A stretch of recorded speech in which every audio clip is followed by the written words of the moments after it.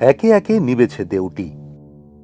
2006 অনিল বিশ্বাস, 2009 সুভাষ চক্রবর্তী, 2020 শ্যামল চক্রবর্তী আর 2024 বুদ্ধদেব ভট্টাচার্য। মুজফফর আহমেদ ভবনের ফার্স্ট ফ্লোরের সেক্রেটারিয়েট রুম। দরজা দিয়ে ঢুকেই সোজা দুটো চেয়ার পরেই বুদ্ধদেব ভট্টাচার্য বসতেন বিমান বসুর ঠিক পাশে ডান দিকের চেয়ারে। ইউ শেপের টেবিলের যে চেয়ারে তিনি বসতেন সেই ডেস্কে আজও লেখা আছে তাঁর নাম। চিরকুটের সাইজের সাদা কাগজের অনেকটাই অস্পষ্ট, তবে এখনো রয়েছে নামের এপিটাফ।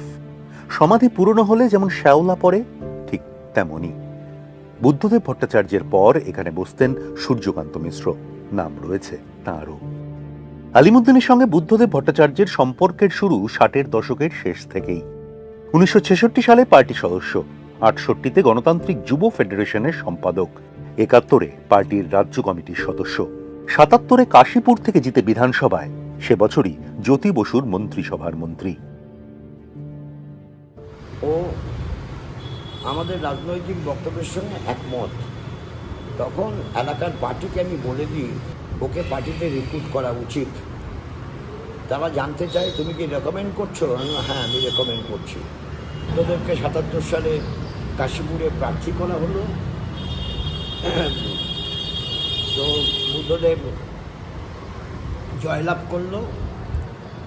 জয়লাভ করার পর জ্যোতি বসুর মন্ত্রিসভাতে তাকে তথ্য ও সংস্কৃতি দপ্তরের মন্ত্রী করা হয়। পার্টির পলিট ব্যুরো, পরে রাজ্যের মুখ্যমন্ত্রী। ক্ষমতার শীর্ষে থেকেও তিনি ছিলেন নির্মোহ। কমিউনিস্ট নেতাকে স্পর্শ করতে পারেনি বিলাসিতার বাসনা।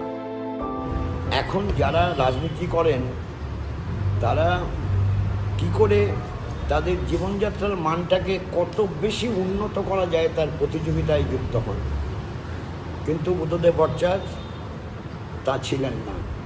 আড়ম্বরপূর্ণ বা বিলাসিতা বুদ্ধদেব ভট্টাচার্যের কুষ্টিতে লেখা ছিল না।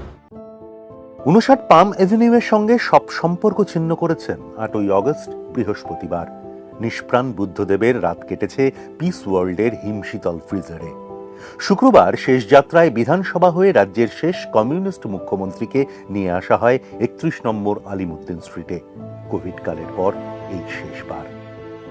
যার হাত ধরে এই আলিমুদ্দিনে আসা সেই বিমান বসু বলছেন, বুদ্ধদেব হলো সেই কমরেড যার সঙ্গে বিছানা শেয়ার করেছেন তিনি। আমরা দুজনে একসঙ্গে আত্মগোপনে থেকেছি। মানে আমার খুব কুঅভ্যাস আছে, আমি যে কোনো বিছানায় একা শুতে চাই, কিন্তু কমরেড বুদ্ধদেব ভট্টাচার্যের সঙ্গে আমার শেয়ার করতে হয়েছে, কারণ আর কোনো বিছানা নেই তাদের ওখানে যেখানে আমি ছিলাম, ফলে দুজন এক বিছানায় থেকেছি। আর দেখা হবে না। অনুজকে নিয়ে শুধু একটাই আক্ষেপ অগ্রজের, সিগারেটের সঙ্গে কালো কফি খেতে বারণ করতেন, বহুবার বলেছেন, কিন্তু বিমানের কথা শোনেননি বুদ্ধ। ক্ষতি হবে জেনেও ক্ষতিই করল। বুদ্ধ বিয়োগে স্মৃতি মেদুর বিমান বসু। শেষ কথা যেটা হয়েছে সেটা ওর ব্যক্তিগত ব্যাপার নিয়ে কথা হয়েছে। আমি বলতাম যে being a smoker you should not take black coffee. এটা নিয়ে ওর সঙ্গে আমার প্রায় ঝগড়া হওয়ার উপদ্রব। ব্ল্যাক কফি খাওয়া উচিত না যারা স্মোক করে। ঘরে একসঙ্গে ঘরে একা আমি আর বুদ্ধদেব আছি ওই সেক্রেটারিয়েট রুমে। আমাকে বলতে হয়েছে ডোন্ট ডু দিস, এটা কী করছো? আমি সবসময় তো আমি থাকতাম না এরকম।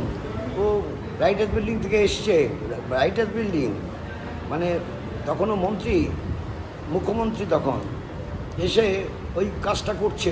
হ্যাঁ, মানে করো না, তারপরেও করেছে, তার ফলে ক্ষতি হয়েছে।